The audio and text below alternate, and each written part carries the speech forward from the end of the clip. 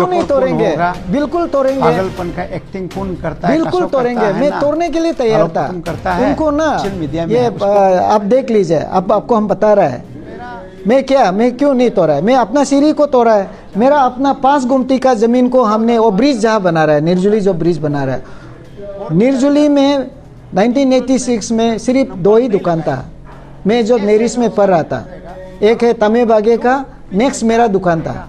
हम वो दुकान का जमीन को अभी ब्रिज बनाने दे रहा है, सभी को पता है। उसका बाद में जो आगे में है और उनको पता नहीं, तो तिची तगी तरह उनका ही बाइक का बिल्डिंग है, नेक्स्ट मेरा बिल्डिंग है। हम दोनों ने अपना सीढ़ी को तुताया क्योंकि वो कालबाड़ को मेरा इधर शिफ्ट हो गया, तो हम अपना को तुताने के लिए तैयार है। मेरे में तो मेरा वो जो पोस्ट है वो बच गया। वो कैबिनेट डिसीजन तो हम नहीं लेता है ना, उसमें मैं वो खुद MLA था, कैबिनेट डिसीजन तो तालोपुतम कैसे लेगा। 2-3 महीना पहले उनका जो बस्ती है बुरम का स्कूल का ऊपर में आर्ट कटिंग कर रहा था, वो हमको बोला है अरे डीसी साहब वहाँ आर्ट कटिंग कर रहा है, बाद में प्रॉब्लम होगा। लेकिन जब खुद आर्ट कटिंग किया, हम जब रोका, वो नाराज हो जाता है। ये तो कहाँ तक सही है। देखो हम लोग आज हम यहाँ में हैं, कल हम नहीं रहेगा, लेकिन ये शहर रहेगा, ये सड़क रहेगा, ये नदी नाला रहेगा। हम इसको इन्वायरमेंट को प्रोटेक्शन भी करना है। और जो कानून बनाया स्टेट असेंबली से पास होके कानून बनाया, उसको तो हमको इसीलिए रखा है, इसलिए हमको दरमा देता है इसको एग्जीक्यूट करना है बोल के। अभी इसको भी हमको एग्जीक्यूट मत करो बोलता है, तो हम क्या कर सकते हैं। तो रास्ता जो बन रहा है आप लोग को पता करो, हाईवे डिपार्टमेंट को पता करो। हमारा BC जो बन रहा है, अभी आप लोग जाइए और रास्ता में वो BC को भी काम रुका दिया। BC मतलब बिटुमिन कारपेटिंग, क्योंकि वो मिट्टी कत रहा है, कत के फिर उस तरफ फेंक रहा है, तो रास्ता में धूली आ गया, रास्ता में पूरा वो गिट्टी बालू आ गया, तो हमारा काम भी उधर रोक गया था। और अभी आप लोग जाके देखिए, वहाँ में एक कलबट है, वो भी बंद पड़ा हुआ है। हम इसी के लिए उनको जो लूज मती को हटाने के लिए दिया था, वो लूज मती हटाने, मेरा पास वीडियो प्रूफ है ना, मेरा स्टाफ लोग उधर गया है, क्योंकि सारा ईटानगर में आर्ट कटिंग रुक गया, सारा रुक गया, सिर्फ वो अकेला ही करते रहा। मेरा हॉस्पिटल जो है 1996 का है, 1996 का है, अरुणाचल का फर्स्ट प्राइवेट हॉस्पिटल है। तो ट्रेडिंग लाइसेंस तो अभी मेरा बेटी का नाम में है, हम तो नौकरी करने वाला है ना, तो बेटी का नाम में ट्रेडिंग लाइसेंस है, बिजनेस है। सबसे पहले आपका जितना भी व्यूअर्स है उन सभी को मेरा तरफ से हार्दिक नमस्कार। और आप सभी आज यहाँ आके इंटरव्यू लेने के लिए भी आप लोगों को बहुत बहुत शुक्रिया। सबसे पहले हम तो ये मानता है कि डेमोक्रेसी में अगर आप लोग मीडिया पार्टनर नहीं होता है तो डेमोक्रेसी बिल्कुल ही सक्सेस नहीं होगा। जैसे आपने विधायक का नाम लिया, तो डेमोक्रेसी में विधायक लोग ही देश को चलाता है, स्टेट को चलाता है, सिस्टम को चलाता है, कानून बना के। आज आप लोग यहाँ आया है तो बहुत से लोग हैं जो कानून को नहीं जानता है, और हम लोग का कोशिश ये रहता है कि कानून को घर घर तक जाने, बच्चा से बुरा सभी लोग जाने।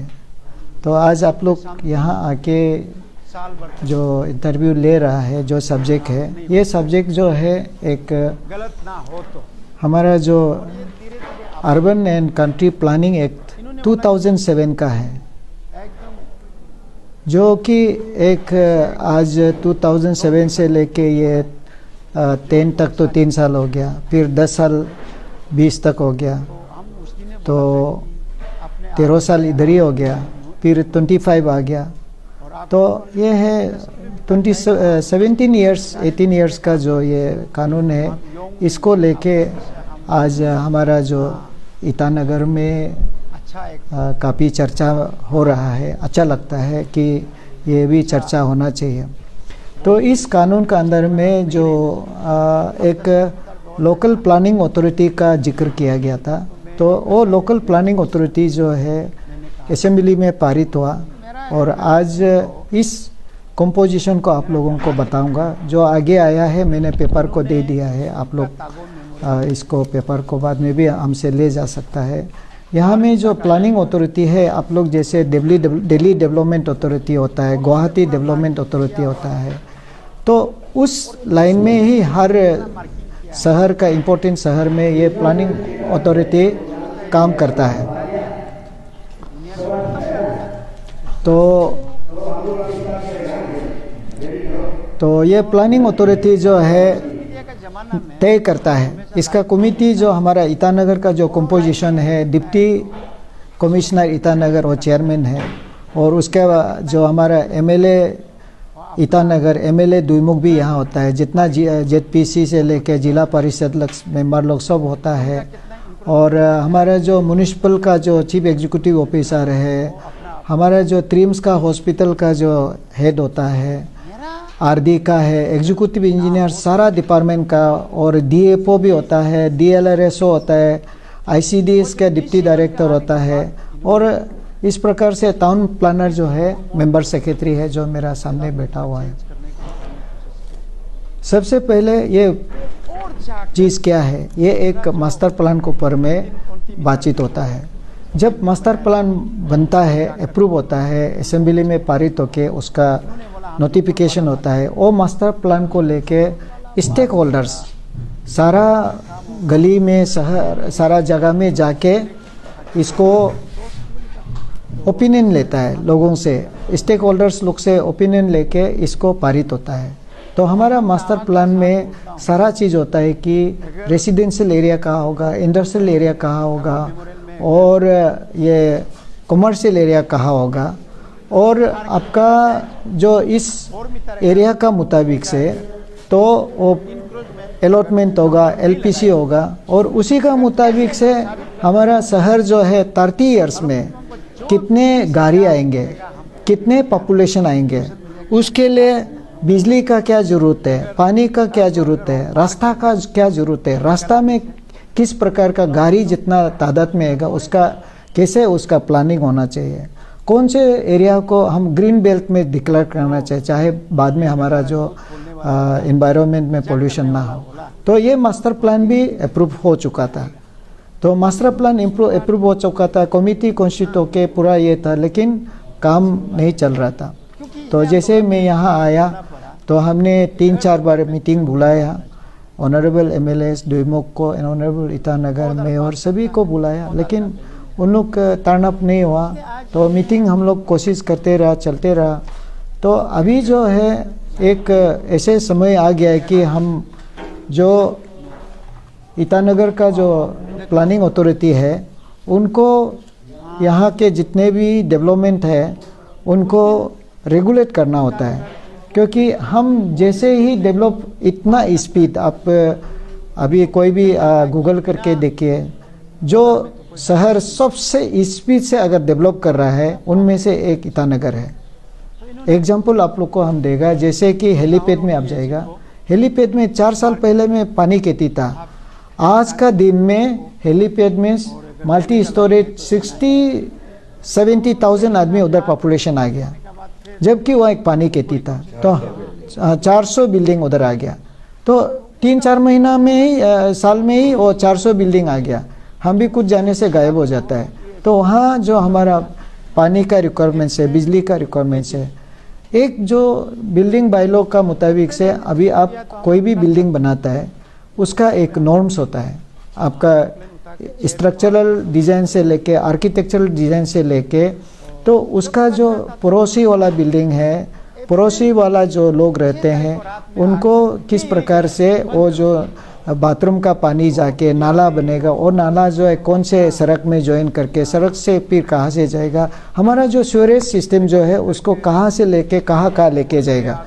तो ये मास्टर प्लान में पूरा लिखा होता है।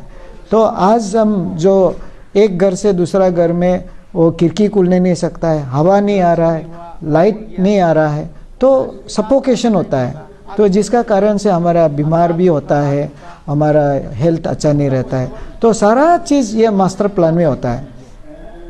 जो मास्टर प्लान आगे बनाया गया है वो मास्टर प्लान में भी थोड़ा से कमियां है। जैसे हमने एग्जांपल दिया है कि जैसे हेलीपैड में 400 बिल्डिंग आ गया, जब पानी केटी था सिर्फ हेलीपैड था, सभी को पता है।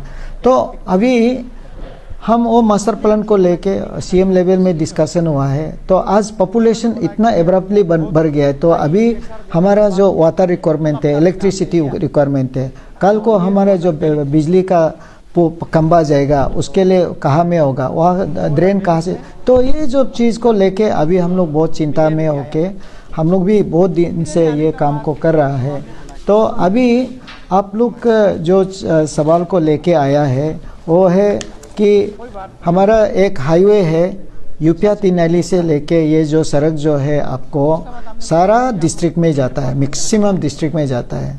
तुआंग, वेस्ट कामेंग, ईस्ट कामेंग, ये बिचुम, फिर ये पके केशंग, पपुम पर, और फिर इस तरफ से कोरोंकोमे, करादादी, और ये हमारा जो कई पंजोर, देन लोअर सुबनसिरी, अपर सुबनसिरी, देन उसका बाद सियांग और बेल्ट में भी ये सड़क से जाता है, ये हाईवे से।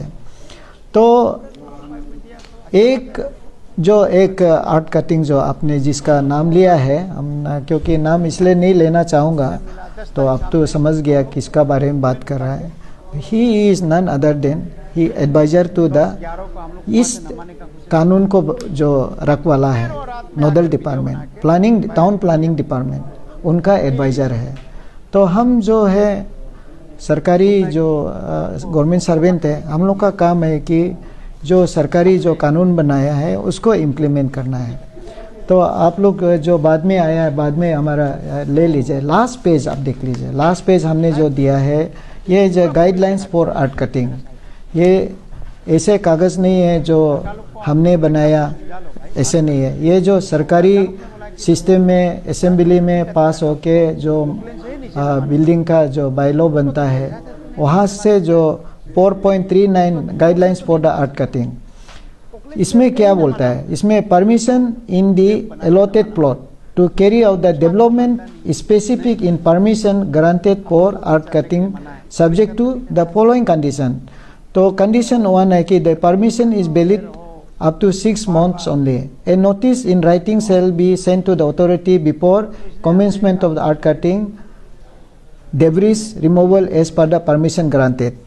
उसका बाद concerned authority will stand indemnified and kept harmless from all proceedings in court and before other authorities of all expenses claims which the concerned authority may incur or become liable to pay as a result of consequence of the permission granted by it to this art cutting removal.